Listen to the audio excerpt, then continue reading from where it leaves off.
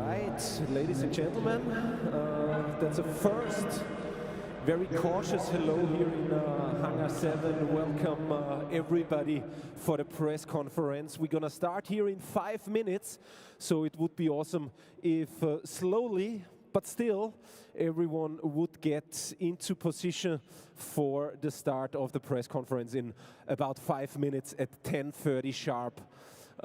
Athletes are here already, Yael, Maxime, Tommy, Paul, and Tom. Good morning.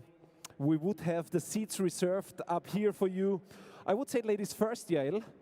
So you could definitely take the first chair here. Your microphones are always on, so you don't have to worry about anything when it comes to microphones.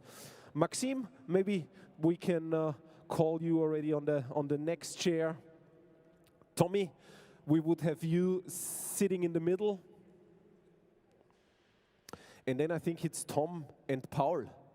And we are done. Very, very good. As long as this is already set. 5 minutes to go. Ladies and gentlemen, grab yourself something to drink. Prepare for the prize giving. Oh, prize giving, yeah, prize giving. Wenn du wüsst, Paul, bitteschön. Press conference, not prize giving. I correct myself. Prize giving happened 2 days ago at Wagrain Kleinadel for the Prologue and will happen again on the 2nd of July in beautiful Zell am See.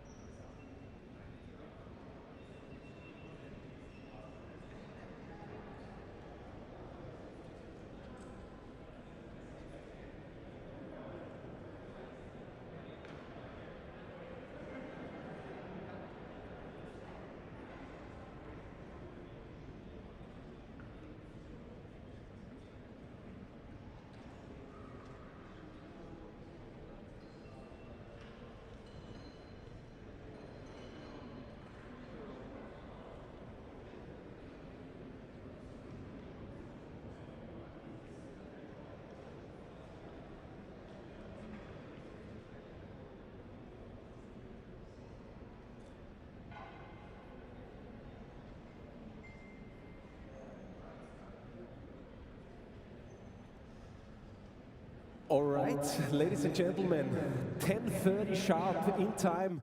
It's a pleasure to welcome all of you here in the beautiful and unique setting of the Hangar 7 in Salzburg, Austria, for the official press conference, just 24 hours ahead of the start of this year's Red Bull X-Alps. It's a pleasure to welcome all of you. There are just a few due to the little thing called COVID here in Hangar 7, but even more back home in front of their screens, in front of their mobiles. Welcome, and again, we are delighted to have all of you already joining in for the press conference. We're gonna have a lot to talk about. It's gonna be an action-packed hour, even though we are indoor, and from tomorrow on we will be 100% outdoor. But let's tune you in first on what the Red Bull X-Alps is all about, and after that we're gonna go into details.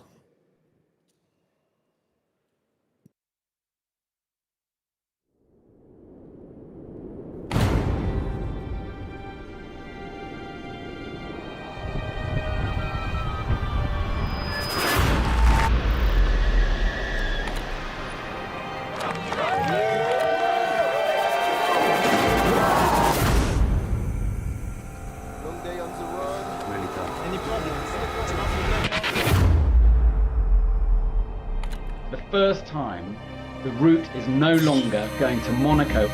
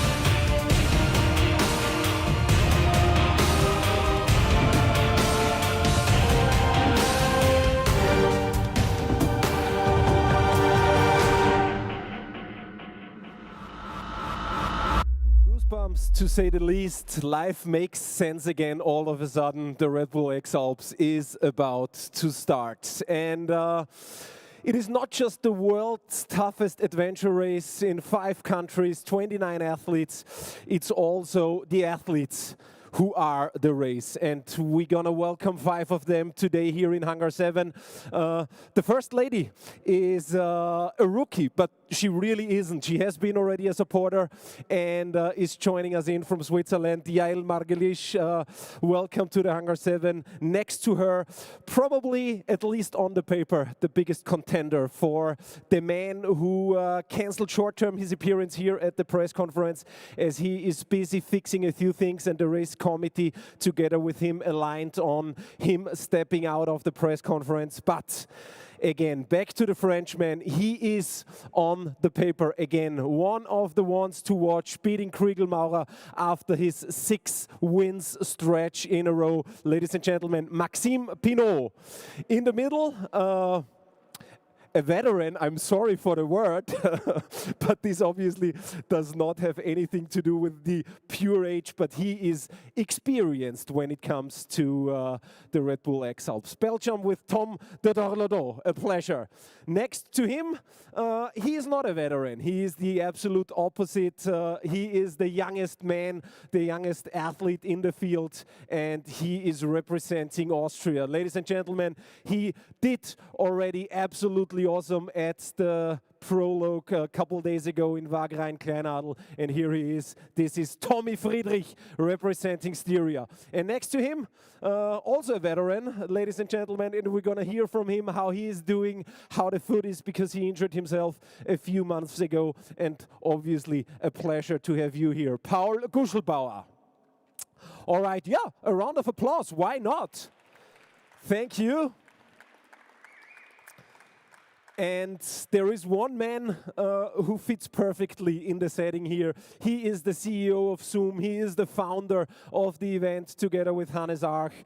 back in the days, we announced it already. It's the 10th edition, and therefore I'm asking you one more time for a big hand. The man behind the scenes, this is Mr. Ulrich Grill. Thank you, Kraini, for the introduction. We are very excited, to be here in the Hangar 7, and thank you to the whole team of the Hangar 7 to be able to make this press conference amazing setting. So this is it. It's the 10th edition. It's the world's toughest adventure race, and we have a dramatic new route. Even despite like the COVID situation, I'm so glad that we could pull it off. A race that's not only happening here in Austria, but that goes through 5 countries. And when we look back the past 1.5 years with everyone being confined, I think it's just a great sign to the outside world. Yes, we're opening up again. We're out there. We're moving around. We're hiking, running, flying. It's all there. So really, really thank you to everyone. Thank you for you guys being here. And also, of course, thank you for the athletes to be here. You're the guys who are going to do the race. It's going to be a huge adventure, so chapeau for everyone to participate. A little bit about facts and figures. We had 33 athletes. I say we had 33 athletes. 3 could not attend because of COVID. And 1 could not attend because of an injury. So we're down to 29, but I'm actually quite glad we have 29 athletes from 15 nations, and among those 2 female athletes and 10 rookies. Rookies doesn't mean they don't know anything, but they are actually, you know, in case like really veterans when it comes to either endurance or flying, but they are rookies to the race. And the race is a bit, I would say, special as itself.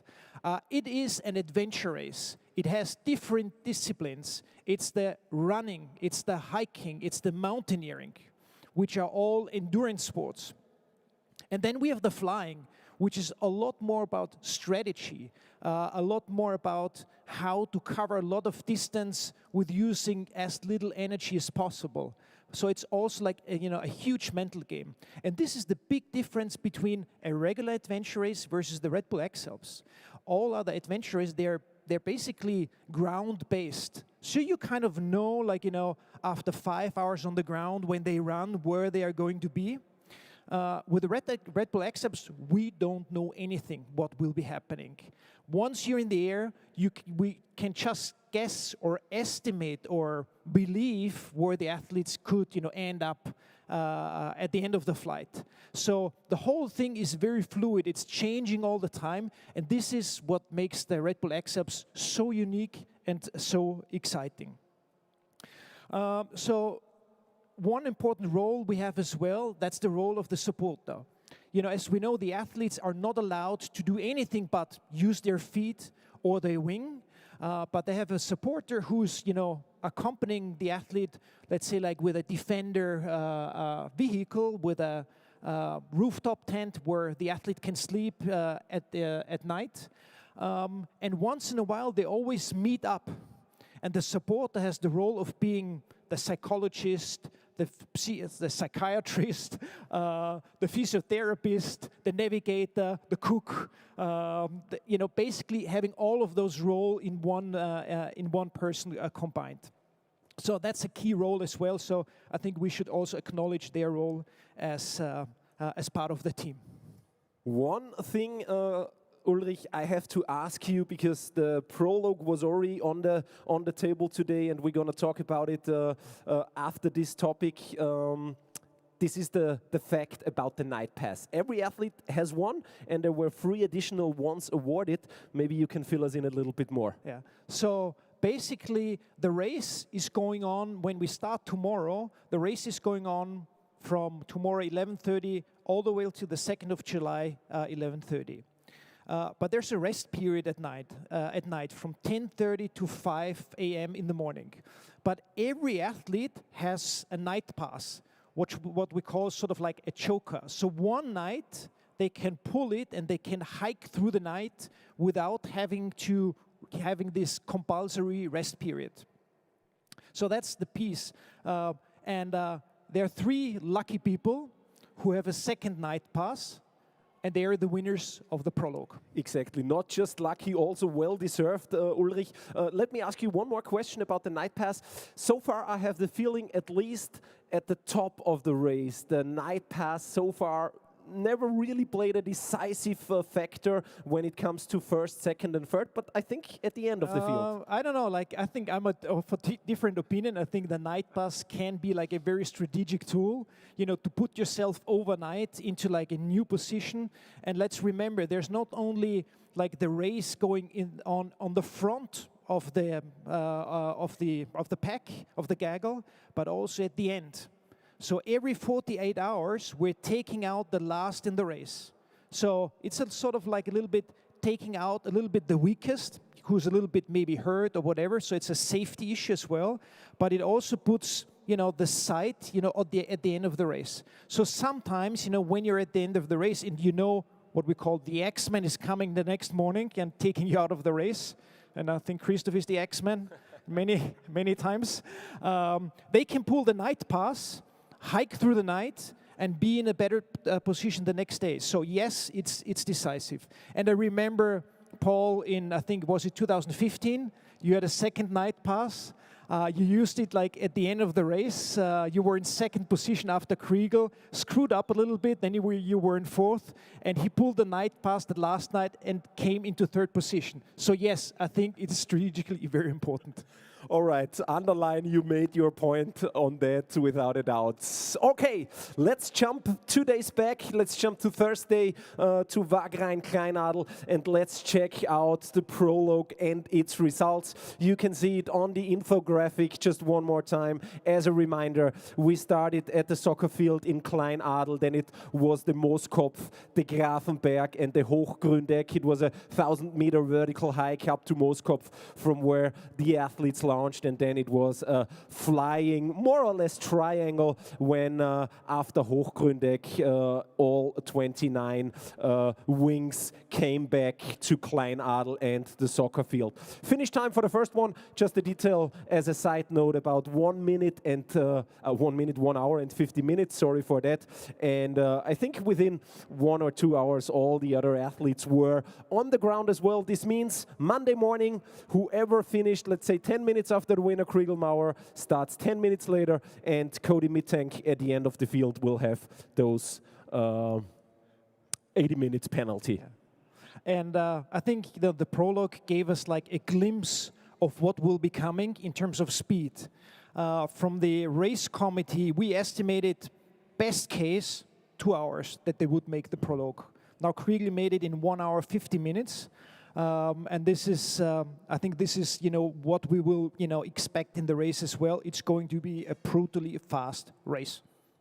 So you see already, for every single slide we would have hours and hours to talk more. The night pass can be pulled twice for Kriegel, Maxime Pinot and Tommy Friedrich, and we will see how those guys are playing the tactics, also considering the weather and what to come during the next days before obviously announcing that they pull the night pass at lunchtime the day before. All right, that was it with the Prologue, and now it's time to call a third one onto the stage next to Ulrich and myself. He is the race director. He plays a main role in the game, and please, ladies and gentlemen, put your hands together for Mr. Christoph Weber.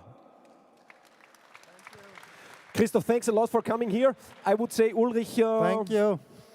Before Christoph takes over, we jump at the route. You go until you know the terrain, which is Kitzbühel for the first time, a turn point, and from then on, Christoph will explain further until Kronplatz, and then for Zell am See, it's your turn again. Yeah, I'm happy to be the sort of like local native here to give you a little bit of an info of the route, as long as we are in Austria, and then I'll hand it to you, Christoph.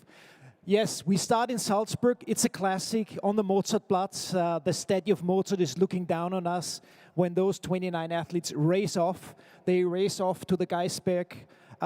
Takes them about an hour and a half. It will be probably, or 99% for sure, it's going to be a flying start. So they will be up there. It's going to be fast. They will get prepared. They fly off. We come to Wagrain-Kleinarl as the second turn point.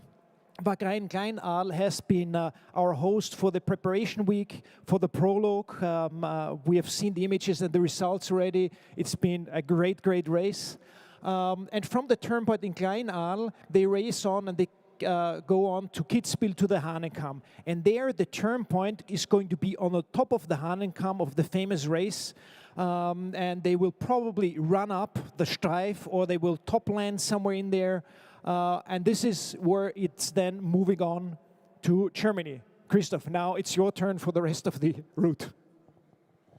Okay, from Kitzbühel, the athletes will fly to Germany, to the Lake of Chiemsee. There they have to fly or walk into a cylinder close to the border of the Chiemsee, and then they fly or walk back to the Achental place where there is a signboard which they are going to need to sign. From there, they go back into Austria, passing north of the Zugspitze, the highest mountain of Germany, and they have to land again in Lermoos to sign a signboard. From there, the race goes on into Switzerland.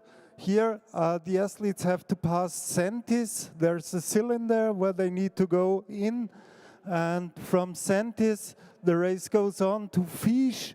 Fisch, this signboard again on the landing place of Fisch in the valley. From there, somehow up, I guess they will fly quite close to the course line to Dorlodot, which has to be surrounded. So the athletes really need to fly around or walk around the summit of Dorlodot. The same happens here at Mont Blanc, the highest mountain of the Alps, where the athletes need to go around, and this for sure will be one of the most crucial points of the race, where we will see that the field gets spread wide out.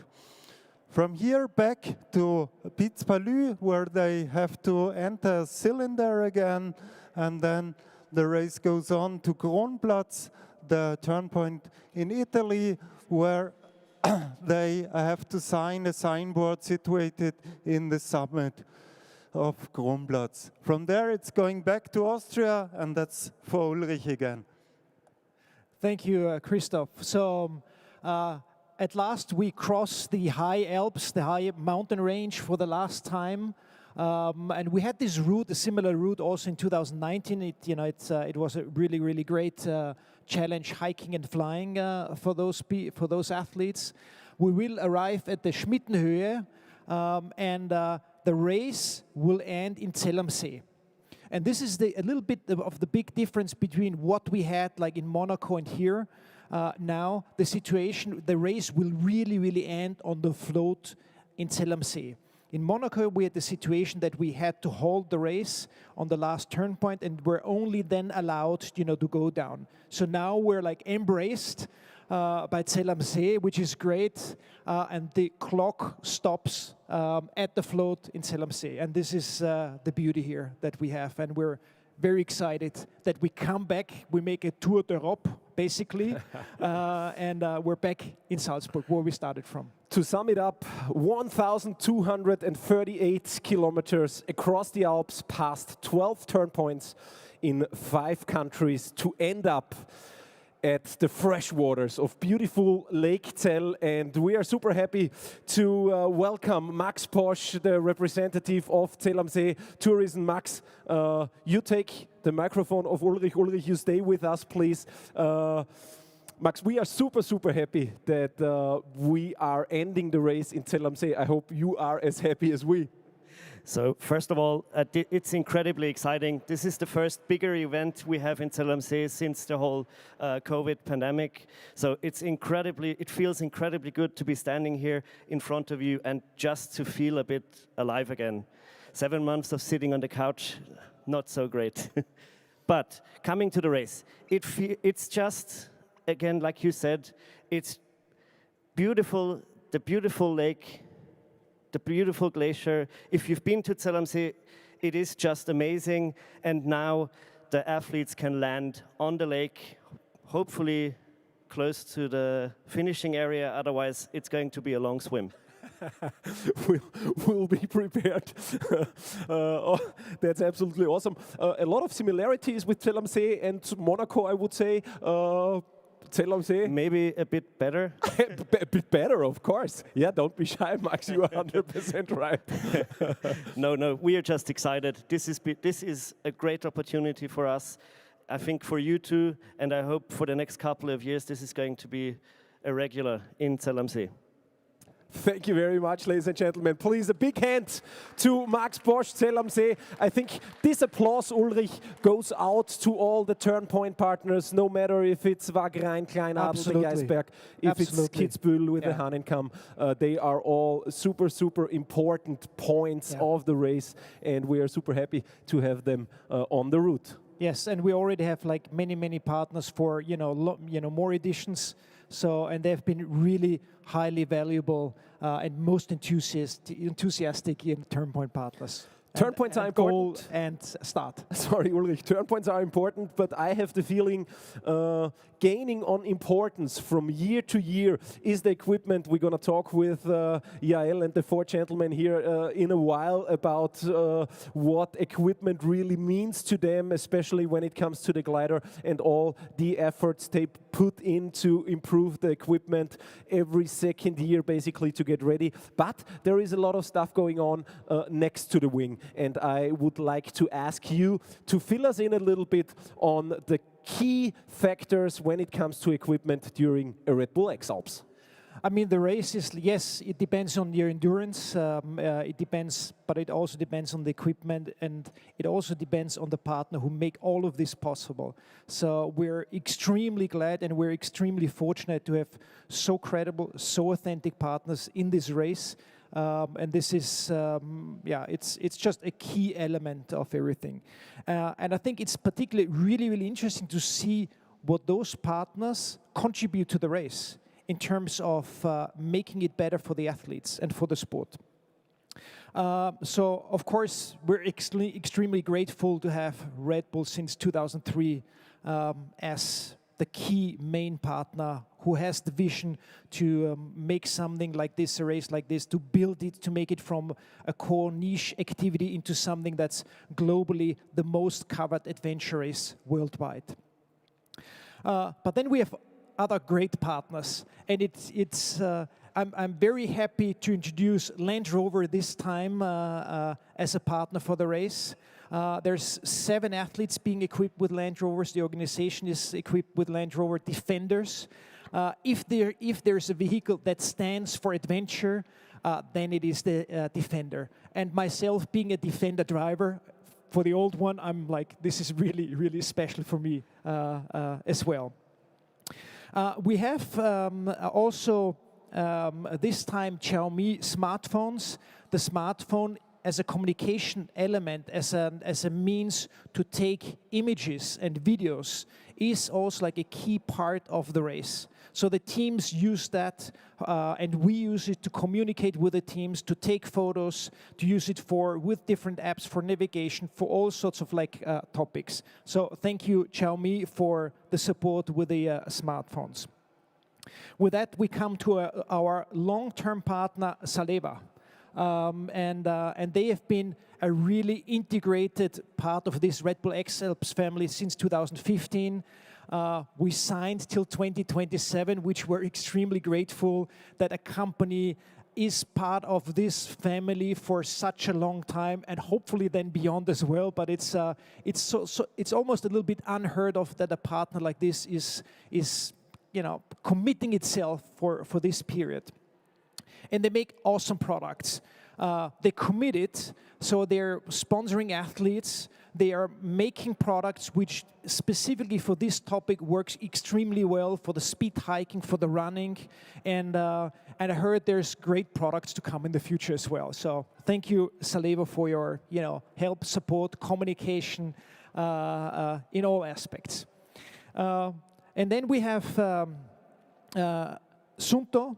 And sorry to mention about Saleva, and there's also a great collection that you can buy, but Thomas Eichner just told me they are sold out, so I guess you're too late. So Maybe there is, though, a few Sunto watches left. There's also limited edition of Sunto, and the Sunto watch here is not only like, you know, a watch which the athletes use to check their pulse, but it also can be used as a backup locker for the athletes. Normally they would use a GPS that's quite heavy, but now they can use, you know, the watch, and that works as a backup locker. So if there is an issue with their track, we can check on the watch whether that is right or not. Then we have also long-term partner Skywalk with the gliders. They've committed themselves also since 2015 for the race, make awesome hike and fly paragliders, and there's already a few athletes here as well. We have Tom, we have Paul here, good to have you here as representatives also for Skywalk. New, and this is an interesting one, we have Black Roll. Now if you imagine the athletes hike or run, but then also fly from 5 in the morning till 10:30, I mean, your legs normally are pretty tired after that time. So for recovery, we have Black Roll on the board, because that's what we've seen the past editions as well. After the running, they still are on the roll, getting the lactic acid, you know, out of the legs, which is really, really important to be fresh the next morning. So to have them on the board, and they also have a great Red Bull X-Alps package for us to and for everyone to buy. Sunny bag, solar panels. The athletes carry a lot of equipment, flight instrument, smartphone, camera. All sorts of things that needs to be charged and loaded. So with a solar panel, that's an independent source to be off the grid and be out there and be fully charged at all times. With iClip, the little wallets, and a lot of athletes have participated in a crowdsourcing project where you can actually get one of these if you sponsor the athletes. So check back with the athletes. Maybe you can capture one of these wallets, a signature wallet of them, and in, you know, potential nice gift. Then we have two more left. We have Flymaster. Flymaster is the flight instrument, and also very important for the 3D and for the live tracking as well. It's been also like, so very important for the athletes, for the navigation, and for us and you to view the race live. And then last but not least, the lightest partner of our race, it's Porsche. Porsche is a brand, an ingredient brand that's not so heard of yet. But Porsche created a brand that's called Skytex, and they basically make the lightest material for paragliders on Earth. And it's a 21-gram fabric. It's almost lighter than air, basically. And you can make paragliders weighing, 1.5 kilos, with that kind of material. So quite amazing what they were able to pull off in research and development, and you will see them, basically in all the paragliding brands. All right, so this was about the partners, a little bit about some products. I think it's highly interesting. We have a few other partners, but this would take too long, way too long. But some key partners here, for you to have some insights as well. Thanks a lot, Ulrich. And obviously, it's not just our partners. It's your team. It's the team behind the scenes, all the helping hands, the turn points. You can imagine it's an army behind this event to make it all happen. And so your thank you goes back to you and all your team at that point. Well, ladies and gentlemen, what makes X-Alps so special is not just what we have heard during the last minutes. It's also the tool. You can be part of the race. You are in it, you are directly at it, and we're gonna introduce the live tracking to you right now. Ulrich, this is something you guys have been focusing and working on for such a long time, and maybe during the next minute you can let us know what we are able to witness here. So what you see here is like, live tracking review from the Prologue. So this happened, 2 days ago. It's almost like a real, virtual game, but it's live, it's for real. You can switch around in the different positions, third-party view, POV view of the athlete when he's flying. You can turn around, you see all the aspects, you have all of the information. And it's really, really exciting once the race is on, especially in the air, when you can fly around and see what is happening. And it's really, really captivating. And if you see here on the turn points, they're heading like to the Hochgründeck just right now. It's just to see the gaggle. And eventually, for the first to come into goal, to witness that in front of your screen at home, in the office. It's something that's really, really exciting. And we're very happy to have Esri and MapTyler as a partner for the 3D live tracking this time. It's a very complicated software, and it's highly with huge downloads. Esri is basically providing base maps, so like everything that you see in terms of imagery, and MapTyler the terrain maps, so like it's basically the grid of when it's going up and down. But very exciting. I think in 2019 we had 300 million downloads or requests on from Esri base maps, so which is just like a huge number. Unreal. So in that underlined redbullxalps.com/live tracking.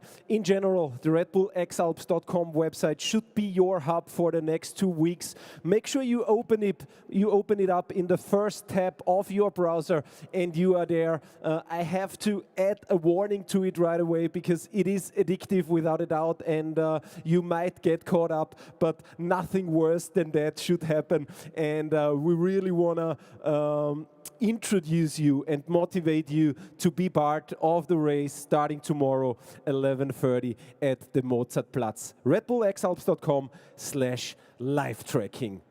Another thing addictive, ladies and gentlemen, is a man from the United Kingdom, and he has been with us also during the last years. He's sitting over there, obviously working all the time, not even paying attention as he's so focused. This is Mr. Tarkin Cooper, ladies and gentlemen, and now he's up and running.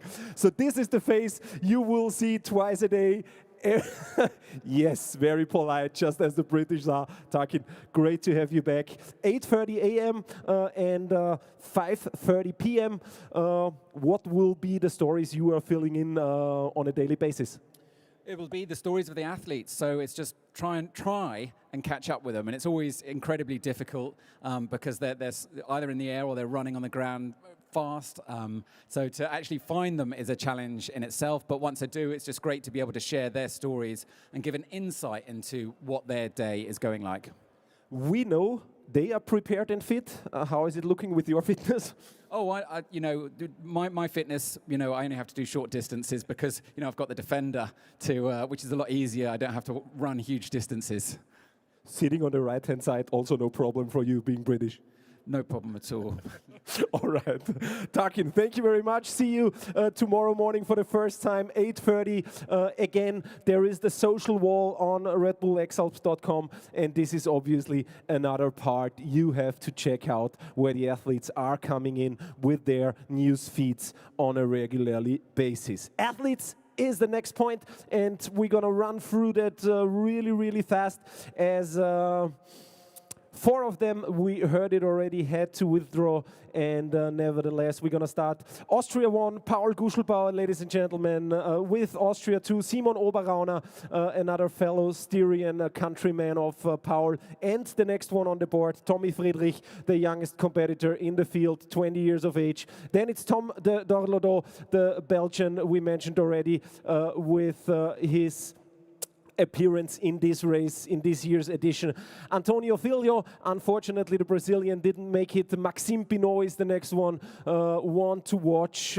Absolutely one of the biggest contenders this year. With his fellow countryman Benoit Uter, he also proved that he can do it. He is one of those folks who can really hunt down Mr. Christian Maurer. Theo de Blick, also a very, very interesting name within the scene of flying wings. He is, when it comes to aerial awareness, definitely one to watch. I'm sure a lot of you have seen his posts and videos. Then we are coming to the first lady, Laurie Genovese, the French lady, Team France 4, making her first appearance in the Red Bull X-Alps. Damien Lacasse, the next Frenchie, completing the field of the Grand Nation. Then it's Steve Bramfitt, the Brit, joining in Manuel Nübel, Markus Anders, and Michael Lacher, being the German trio competing in this year's Red Bull X-Alps. Then we are down to Italy with three really, really strong men on the start line with Aaron Durogatti, Tobias Grossrubaccia, and Nico Donini. They were showing at the Prologue that we have to definitely count with them as well. Then it's the oldest competitor in the field with Kaoru Ogisawa, Ogi, representing Japan, the land of the rising sun. Ken Oguma, another Japanese, on the start line. Then we are in Mexico, Eduardo Garza, also a man who knows what it's about competing in Europe at the X-Alps. Then Ferdinand van Schelven, the Dutchman, Flying Dutchman, obviously also being already a veteran. The Norwegian competitor, athlete, could not make it, unfortunately. Dagfinn Graneng did withdraw. Then it's Nick Nanens from New Zealand, his fellow country. Women, Kinga Mastolerz, unfortunately injured, as Ulrich introduced us already. Then we are back in Poland. Michael Girlach is representing the Polish crew. Tomako Konea, the running man, the only one who competed in all Red Bull X-Alps editions so far, with the age of 46 years, also obviously one of the most experienced guys. Then we are in Russia with Andrei Mashak, Christian Kriegel-Maurer, no words for that man, 6 times winner in 6 appearances. Can he do it? Lucky number 7th time. Patrick von Kenel made a really, really strong impression at the Prologue. Team Switzerland 2, Hannes Kempf the same, Team Switzerland 3, but he had to withdraw as well, unfortunately. But with the next lady on the board, Yael Margelisch, also being here with Switzerland for the completion of the Swiss crew. Then it's back across the Atlantic Ocean with Gavin McClurk and Cody Mittank completing the 29 athletes strong field of competitors. And now it's down to our special guests and let's say what it is, the most important part. Sorry for having you wait. Tom, Paul, Maxime, you are already used to the procedure in Hangar 7, but we really tried hard to hurry up. Thanks a lot for your patience in coming to the Hangar 7 just short before the race starts. And obviously, ladies first. Yael, I will start with you. When it comes to competing, you are a rookie, but you have been already a supporter. I think it was back in 2017. Maybe you tell us a little bit how it feels, how you can compare it, coming here with the role and the responsibility as a supporter, and now being the one with the Swiss flag in your hand, racing against 27 more or less wild gentlemen. So I was with Michael Vici in 2015, and of course it was also his first race. So we saw that what kind of mistakes we can do, and that's the biggest thing to learn from being a supporter, like really avoiding those mistakes. And I think we know also pretty much how the day is going and what's the best timetable. So about more the organization and logistics, and yeah. It's the most important point is not doing the same mistakes again. I guess in the sport of paragliding, you are used to competing against male opponents. Red Bull X-Alps obviously is totally different. The physical component plays a big role. How did you prepare yourself? Or is there anything where you picked the phone up and called Kriegel and said, hey Kriegel, I'm at a point where I would like your advice. How did that work out for you? Well, I don't think I will call Kriegel. Maybe his supporter, which is my mental coach, would be more relevant. But yeah, I've been competing in cross-country competitions, but it's completely different from that. So yeah, I really try to take it as an adventure because I still don't know what to expect from my body and everything. So yeah, let's see. Your feeling, would you say you are at 100% when it comes to your equipment, when it comes to your physical condition, when it comes to your wing? Are you really happy how the last months went? Yeah, I'm quite happy. I was thinking about flying more in the month of May, but unfortunately the weather was terrible, so I could not really gain some hours of flying, but otherwise the physical preparation went super well. Like I was always training and pushing, and yeah, I would not compare it to some guys because I know they're really strong. But I'll try to make my best, and I think I have all the cards in my hands. Oh, that's for sure. We will be back with you, Yael, a little later with additional questions, and I would like to move on with the man to your right, Maxime Pinot, Team France 1. Maxime, pleasure to see you, especially pleasure to see you in being in such a good shape. There was a border race back in 3-4 weeks where you also had the chance to compete against Kriegel to really see where you are with your equipment, with your physical shape. So maybe also you can give us a quick overview on your personal feelings ahead of this year's Red Bull X-Alps. Yeah, hello everybody. So yeah, it was a bit of difficult times with the COVID things, and it was nice to do a competition before coming here. And yeah, I think I learned a lot from 2019 on the physical side, also flying side. So yeah, I'm happy to be here and ready to compete with everybody here in a good spirit. Yeah. New route, Maxime. Especially in France, it's not southbound after Mont Blanc, it's back to the east. Your feelings, how much did you check out this area, especially anything maybe the other four here in the group have to watch out for? I'm sure you will not go too much into secrets, but tell us a little bit more about the western tip of this year's route. Yeah, first of all, I'm not doing any scouting on the route. I'm just planning everything in front of the computer, so it takes less time, and I think with the modern tool it's enough. And then on the western route, for sure, it's very challenging because there is very high mountains and the paths are quite high also. So it will be very interesting, and yeah, even the locals can really be in a trouble there, sure. Thanks a lot for now, Maxime. Of course, we'll be back with you as well, asking you what it will take to beat Kriegel, because this is obviously the big question. Tom, you have been sitting here already several times. We had the pleasure, year after year or 2 years after 2 years. What does it take for you to motivate yourself to do those long training sessions, getting fit, endurance training, also preparing the equipment again, having a family and doing this already for such a long time? What makes you coming back every second year? I wonder. Yeah, every race I say this is the last. In the middle of the race, I'm always like, this is it. I'm never gonna come back again. And every time I enjoy it so much, And then 2 years is just enough time to forget about how hard it is, and then you want to come back. First time I came, I was Tommy's age. I was 21 years old. You're 20 now. It's been 14 years, and the race has changed quite a lot in all those years. But yeah, I enjoy it so much. I really enjoy it. Looking back, what's the biggest change? If you look back now, 14 years, if you have to sum it up, what did change the most for you personally? I think the X-Alps changed everything. It even changed the sport, I think.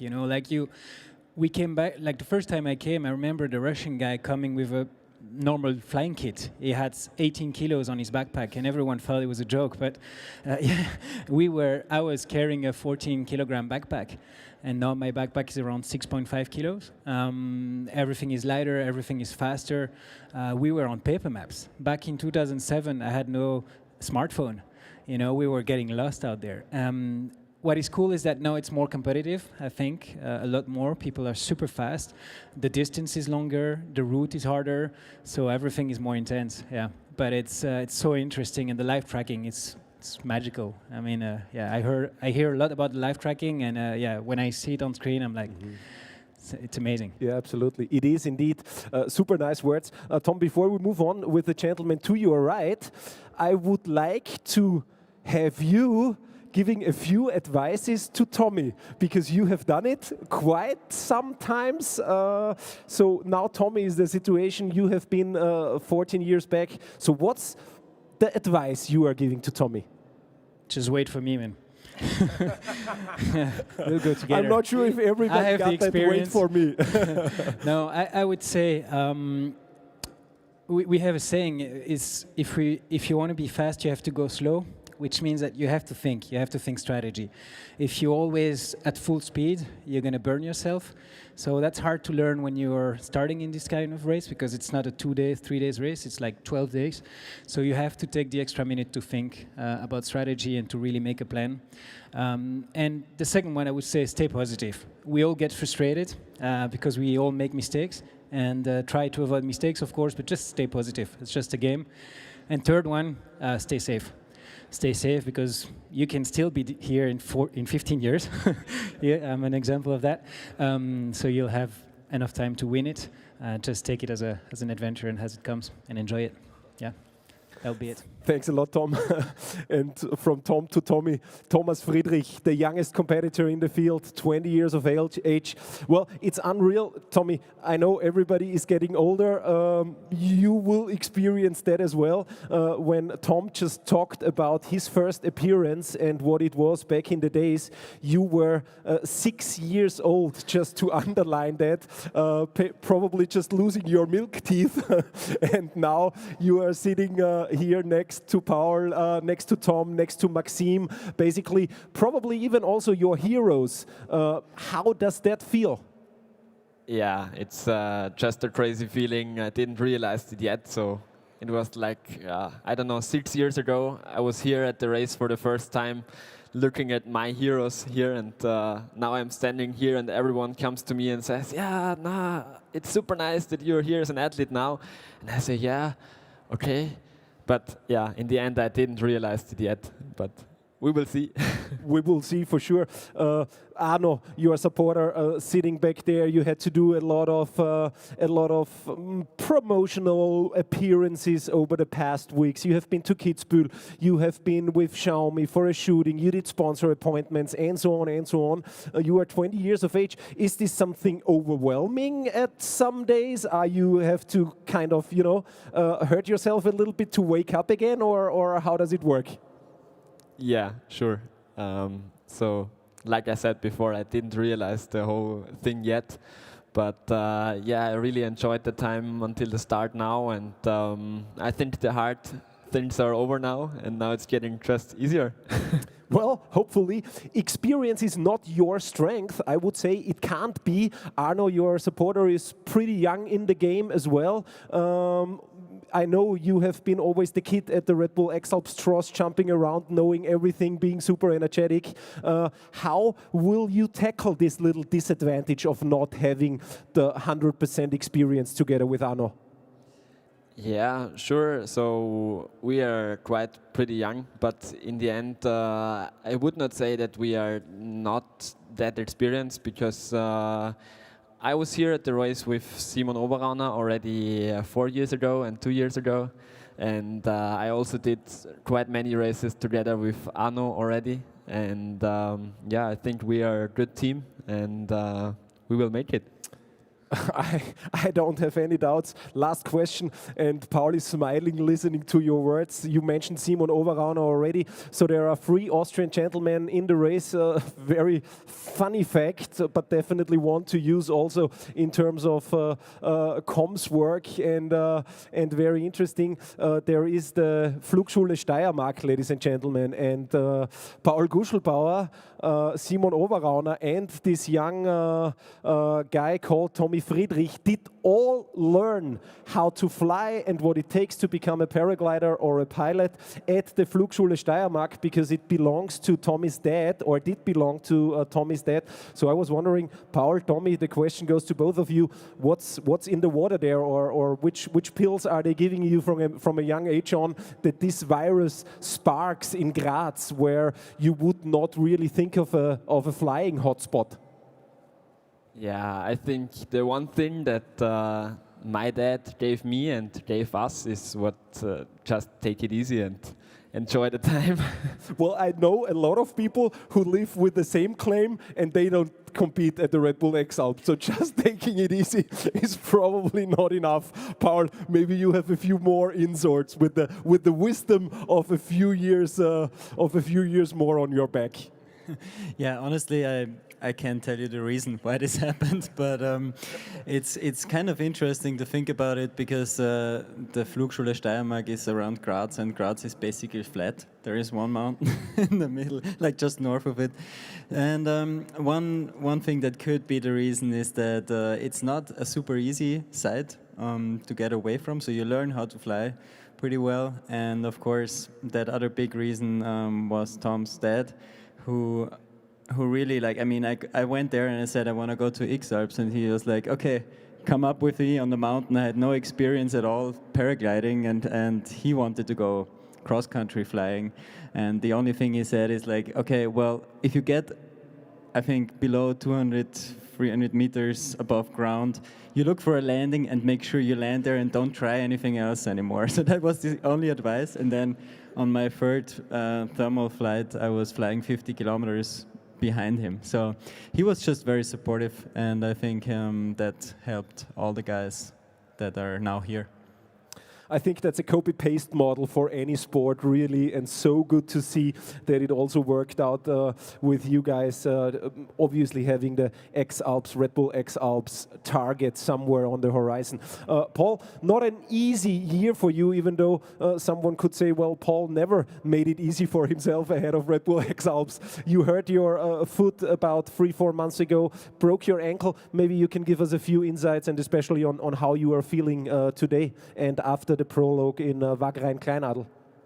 Yeah, it's I try to make the story short, but it's still an interesting story, because after the last race, I was super motivated. I saw once again that with a lot of motivation and dedication that you put in, you can really be strong in the race.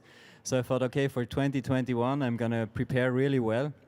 And it was going super well. I had a nice project in the summer of 2020, and then kept on training. And then end of January, I got Corona, which was the first real down. And I was like 3 weeks without training. How can I ever catch this up? But it was over, and I was like, okay, now I'm going full speed. And then on the 10th of March, I was just going on a little afternoon training, and it was really bad visibility, and I fell over I skied over a cliff, and I broke my foot. Luckily, nothing else happened. It could have been worse. But in that moment, I knew that I have only 3 months to heal a bone where the doctor said it's not gonna heal within 2 months at all. So the big difference it makes for me is that whenever I was here with the other guys at the press conference for the last 5 times, I always felt really prepared. I mean, I was physically fit. That was my biggest strength, that I knew that I can do probably even more than 2 weeks of full-on racing. And that's different now. I mean, I missed the whole preparation basically. And so I'm just gonna try what's possible and see if experience helps and try if my foot lasts and how long it lasts. Yeah. All right, Bart, before we move on with Yael again, last question to you. Obviously, you are a local, even though being originally Styrian, but you just live a few kilometers south of here. Weather for tomorrow, 11:30 start, a little further west there you're calling for a little south wind, maybe some Sahara dust in the air. Just looking at the weather forecast, and I assume you did already this morning. What are you expecting for the first 24 hours of the race from tomorrow lunchtime onwards? Well, actually, the last time I checked the weather was yesterday at some point. It might have changed, but it looks flyable for sure. It's just a little bit tricky here, coming from outside the mountains to get back into the mountains. There can be some valley winds, and the thermos might not go all the way through high. So even if it's not far to get in the mountains, it can be tricky because you can just be soaring for a long time and trying to make your way in. But then we had races like 2015 where you go up in Geisberg and basically just try to avoid the airspaces and fly straight, and then we could get really far tomorrow already. All right, thanks a lot for that. Obviously, weather being one of the absolutely important factors and details, especially on when they show up at turn points, where you can maybe see them on the ground or similar. Yael, 24 hours to go. Is there a little bit of being nervous? How does it feel? And yeah, let's start with this question first, and then I have a second one. Yeah, of course. Now that the rest of the team arrived just yesterday evening, so we have to show them everything again. And yeah, I feel the pressure also getting a bit higher. So yeah, I'm looking forward to the start. So I will be fully in. And talking about team, talking about supporters, how big is your team in the end? How many people do you really have on the ground working for you and with you? So I have 3 supporters on the ground, and my biggest fan, my dad, came over also. So, but he's not like direct support. And we have a guy who is making the prevision, okay, the weather yeah. forecast. Mm-hmm. Yeah, at home. Okay, all right. Last question for you. Target settings. Is there anything you want to achieve? Ulrich said anything really is possible if it's flyable. We know you have world records under your belt. In the air, without a doubt, you are probably one of the strongest. Your glider works, at least that's what you said. Do you have any target settings? Fill us in on that.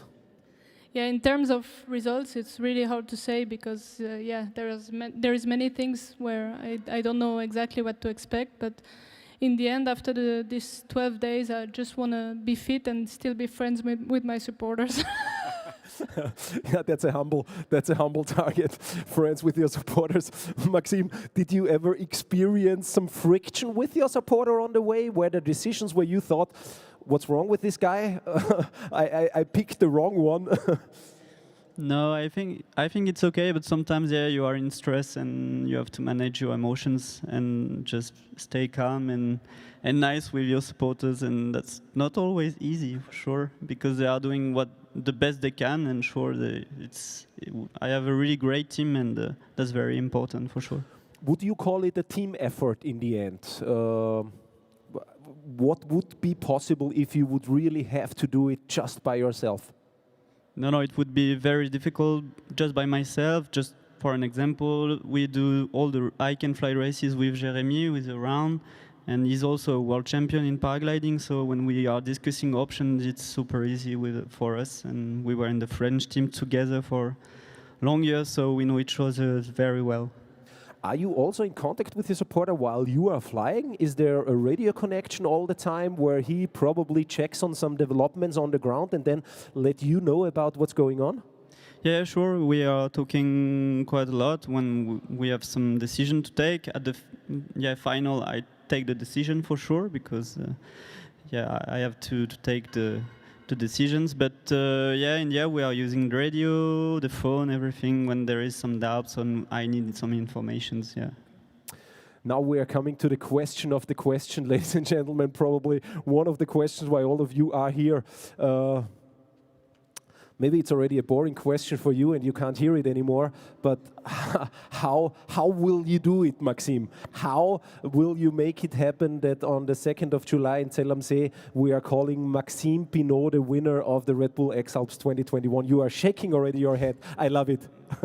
No, just I'm not thinking this way because I like to focus on every step and just not thinking about the results, because the mindset process is very important, and just thinking about this it's not the good way I like to do it. So just making my best on the race, and because there is so much parameters, of course there is the competitors, but there is the weather, there is everything, how your body feels, and so that's not enough just thinking about the final results. Yeah.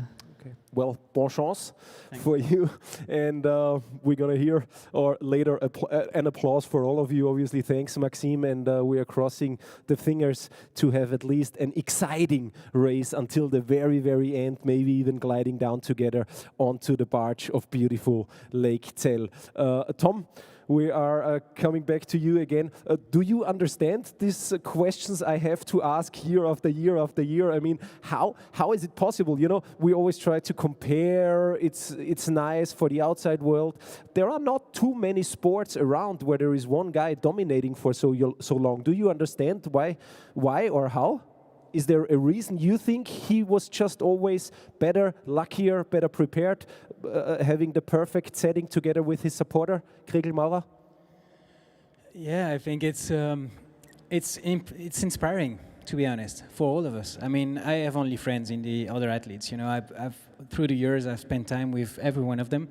I spent good long times in expeditions with Paul, with Ferdi van Schelven, with the French team. I know everyone really well, and we always ask ourselves, like, how does he do it? You know, we ask him too, but he's inspiring. What I've seen through the years is that he really uses to be in another league. You know, like 6 years ago, 8 years ago, he was in another league. He was way faster on the ground, in the air. And now you can tell that we are closing the gap, you know, and guys like Max, like Paul, of course, Aaron De Rogati, they can really, I think it could be the year, you know, where we all together, maybe if we make a team, we can maybe take him down, beat him. Yeah. I think we have to believe, you know. No, but really, it comes to a point where, you know, we all wonder, okay, who's going to be second? But I think we have to believe that it's possible, and this year could be the year. And as Max said, there's so many parameters, so much to do. So why he wins? I think it goes a lot with the Swiss spirit, where every detail counts, you know, and they are very well prepared. And I think it really comes to that. In Belgium, we're more like the funny guys, you know, and we we like to enjoy the race and stop here and there. No, but really, the preparation is key, I guess, and he has a really strong preparation. Awesome. For you personally, 2nd of July, when would you say, I'm super happy, I'm again proud of myself, this is what I would like to achieve during the next 2 weeks? Yeah, for me, it's, I mean, it's a race, of course, and I'm really excited to race and to perform. I'm a competitor, but really I'm here for the adventure. I really enjoy being out there with my team. I enjoy the adventure, and I was even thinking, I was talking today about the options around Mont Blanc and stuff, and I kind of start thinking, oh, but if I'm on Mont Blanc, maybe I just climb to the top, you know, for the beauty of it, and fly from there. This is my style, you know, so I really enjoy the race. I hope I'm going to have good flights, a good time. Also on another topic, I have a family now, and I have to learn to deal with risk a little bit more. So it's going to go into the balance too. Like, I have to think about that. And my main concern is to make it home in one piece, make a better result than every time, like I used to do, and I'll be happy with that.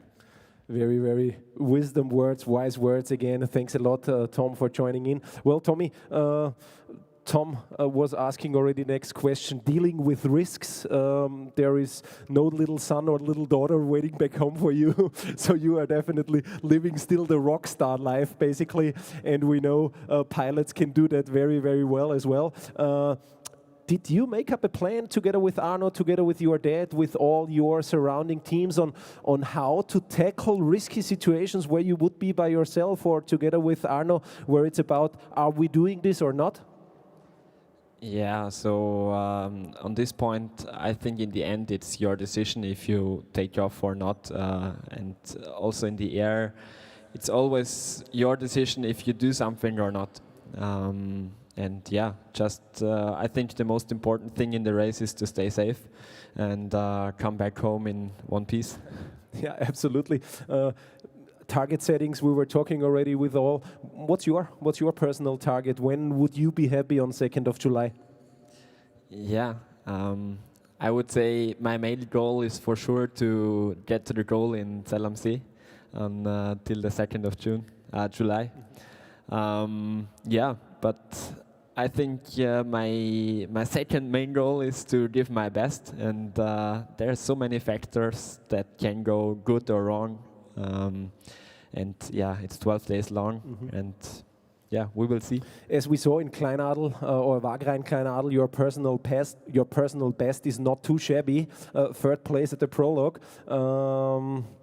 Was this a surprise for you, or did you feel, especially on a one-day thing, 2 hours fast up, about 53 minutes on your watch after the finish line? You showed me your watch. Surprising, not so much, something you expected? Yeah, it was a really good day for me, and I was super happy afterwards. But yeah, it was just a half a day race, and or just 2 hours, and the real race is 12 days long. So we will see in 12 days how is it the going. Additional night pass, is this something you were aiming for, you were happy with, you think you will be able to make usage of? Yeah, we will see. So we have 2 now, so maybe we can use one, and then for the end of the race, if we have a battle with some other athletes, we still have a second one. But yeah, okay. It's good. Thank you very much, Tommy. All the best, obviously, for you. Wrapping it up with Paul. Paul, looking at the route, some new areas, some new turn points, Kitzbühel, Hahnenkamm, namely. Then it's no main Alps crossing on the main ridge this year. It's out to France, and then you cross basically on your way back. Where do you think, obviously always depending on the weather, but where are the challenges bigger than somewhere else? Still loads of snow in the high Alpine. How do you see things on that end? That's an interesting question. You were kind of putting out the answer with the weather about it, but it's in fact the only decisive point is the weather, that we have to come back to that, because even the easiest looking part of the race can be the hardest part of the race during the Red Bull X-Alps. So I wouldn't say there's a hardest part. Every part can be super easy, every part can be hard. But over the years, since 2011, I've been to pretty much every place except maybe Don Dosh and Santis already during a Red Bull X-Alps. So I pretty much know all the pieces, and it will be interesting to see how I can put this experience together. Piecing the puzzle pieces together, finishing or crossing the finish line at every single edition you have been participating in. Is this something you are also aiming for this year, even though there are a lot of question marks, especially on your end? I think for every athlete it was always the goal to reach Monaco, and now we're just changing the goal. We want to reach Zell am See. For sure, that's my big goal, to make the goal and to stay in the race until it's over, basically. Very last question, and I know there are a lot of people out there, especially within the scene, interested in this question. Therefore, I'm putting it out, probably not so much mainstream, but definitely for the nerds and for the let's say, semi-professional pilots. Equipment, glider. There were so many rumors out there. There was Kriegel. There was Tommy with an Instagram post saying he's going back to the old material. So there is so much going on. You almost have the feeling this is Formula One. This is Alpine ski racing, where it's about so much pressure, input, love for the detail. How do you see things, and was there an improvement from 2 years back in the days, and where does this improvement come from? I think there's always improvement because there's always development, but also development means that you try things and new things. Everybody has to get used to them, and if there is not enough time, then you might better stick in a race like this with what you had and what you really know really well. And I think that's what Kriegel and Tommy did, and some others too, I think. For me, I think at Skywalk I was putting in my wishes basically to the development team, and I'm working with them, and they really tried hard to change what I was thinking that could be better, and they have changed those points, and so I'm definitely happy to have a new glider. Although, of course, I have way more experience with the old one, I'm still going for the new one because I think it's the better one. All right. Thank you very much for summing this one up. At all the turn points, you will obviously also be able to stick with the athletes, not too close. I think there is a signage at some zoos saying don't feed the wild animals, and this counts also for this year's Red Bull X-Alps. Obviously they are happy to cheer them on, but COVID measurements still in place. I think now it's time to really get loud, Hangar 7, also for you back home. We have 29 of them on the start line, 5 here. Please, ladies and gentlemen, give a final big hand and send them off into the Red Bull X-Alps 2021 adventure. Paul Guschlbauer, Tommy Friedrich, Tom de Dorlodot, Maxime Pinot, and Yael Margelisch.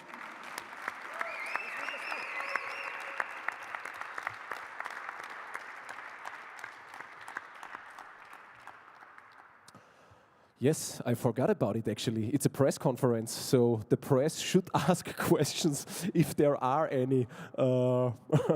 Sorry for that. Too excited, obviously, as well. Well, at least, worst thing can happen, you hear the applause a second time.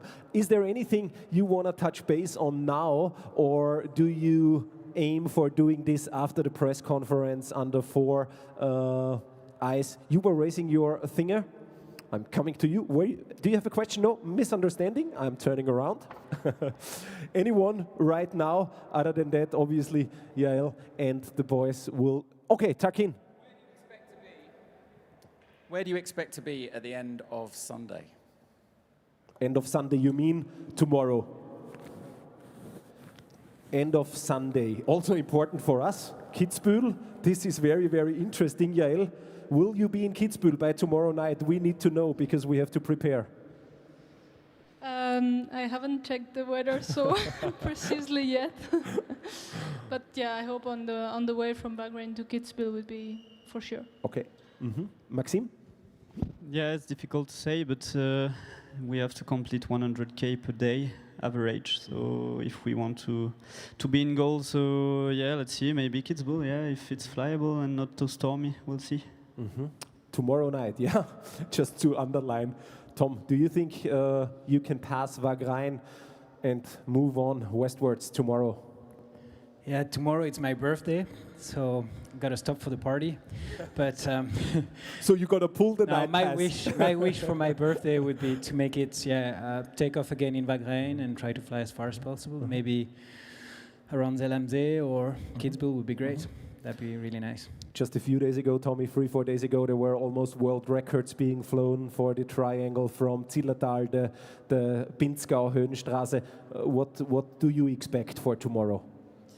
Yeah, I think if everything goes super well, we probably will come to Kitzbühel tomorrow evening, but we will see how the weather will go.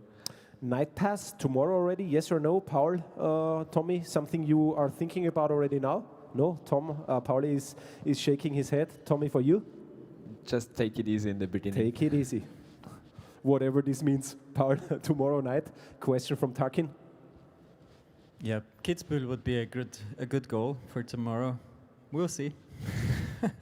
If we don't make Kitzbühel, we might get really into trouble reaching Zellamzee, like Maxime said. So Okay. Christian, where is the left already? Driving home for the preparation. Okay. Well, we expect you Monday, just to let you know one more time.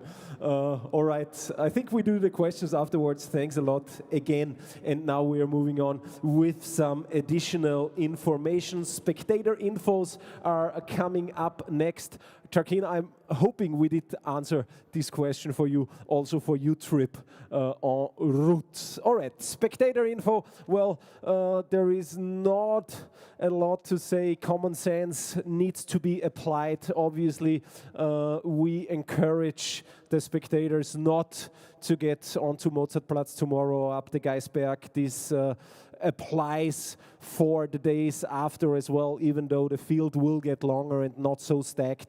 If you go there, make sure you keep social distancing up and running. There are no shuttle buses for tomorrow up at the Geisberg, what you have been used to. No activation at turn points, and obviously the free cheese or tested and vaccinated personnel on site. Don't miss a moment, and we are back to the bottom line. redbullxalps.com/live tracking. This is where you get everything you need, even from far away. Start information, we mentioned it already. Tomorrow there is still a few opportunities for you to talk with the athletes ahead of the start. Interviews at the Mozartplatz. The race starts at 11:30 sharp, and then there are some shuttles up to Zistlalm for the Tross. Geisberg, Salzburger Land, 12:30. First athletes up there, always a spectacle. And then obviously they will be moving on for you, being media and accredited shuttles back to Salzburg City. And the last athletes to leave Geisberg, depending on conditions, obviously, 2:30 p.m. That's it on tomorrow's start. Media resources, obviously the team from Red Bull X-Alps is here to be standing by on your side at all times. Most important things obviously available on the Red Bull content pool / Red Bull X-Alps newsroom. That's where you get all the informations, and other than that, you can ask us anytime. Press releases, daily clips, Tarkin every morning, every evening, and so on and so on. Please make sure you join us, at least digitally. Okay, then we are back with Mr. Ulrich Grill and what to expect. Ulrich, it's always so fascinating talking to the athletes 24 hours ahead. Christoph Weber is joining us one more time. So what to expect, weather conditions, we touched base on that, maybe also some brief informations from your guys' end. I think with the last question, like we already heard, like, you know, the expectations when they are going to be where. Weather is like, it's looking good with a tendency to go into thunderstorms. So let's see what's that going to be. It looks better after like a few days. So like end of next week as well. Like it's like becoming more stable in terms of weather. I still think it's going to be a very, very fast race. This is my belief. Yes, expected arrival times we heard already, like Kitzbühel is, I mean, Bahrain will fall tomorrow for sure. Kitzbühel, Hahnenkamm, I guess there's a good possibility tomorrow night, you know, at the latest Monday. So, and then Chiemgau-Achenthal Monday evening, you know, that's still the expectation we have. All right, Christoph, obviously, we need some words from the race director before we are sending you guys off on a 2 weeks adventure, one of a kind, toughest adventure race, also behind the scenes. What are you hoping for? What are your wishes ahead of the next 2 weeks? Yeah, my biggest wish is that everybody stays safe and stays in one piece, and that everybody will enjoy this race. All the athletes, all the supporters, all the teams being safe on the road and having a good time, and also the same for you as spectators. Thank you very much, Christoph. I think the same for me. Like I think and saying with the words of our safety director Jürgen Friedrich, the most important thing is to play it safe. We cannot just emphasize this again. The race is 12 days long. It's never worth taking a risk or too much risk. We know it's like it's a tough race, but One of the rules I heard today, go slow, but then you're fast. I think it's a good, very good advice. And we've seen over and over again that the fast ones then continuously move forwards and move up the ranking, you know, as we go every day. Go slow to go fast, to sum it up. Ladies and gentlemen, I hope lunch slowly but surely is getting ready for you guys back home or in the air, wherever you might have been following us this beautiful Saturday morning here in Hangar 7 in Austria, just 24 hours short of the race start tomorrow at the Mozartplatz. We started with goosebumps, now they are coming back. I'm really, really, really looking forward to what the next 12 days will bring, and it's safe to say, Ulrich, Christoph, I guess you guys too. I'm asking you for one final applause before we end the things here. It was a pleasure having you. Thanks for watching back home. Tell the story about Red Bull X-Alps, share it with your friends, send us your moments, interact with our partners, with our sponsors, and obviously stay tuned. redbullxalps.com/live tracking. We are out. Hangar 7 is saying goodbye. We see you from tomorrow onwards outdoors, and thanks a lot. For a final applause for the 5 athletes here in Hangar 7 and the rest sitting in Wagrain Kleinadel preparing for tomorrow's start in Salzburg. Bye-bye.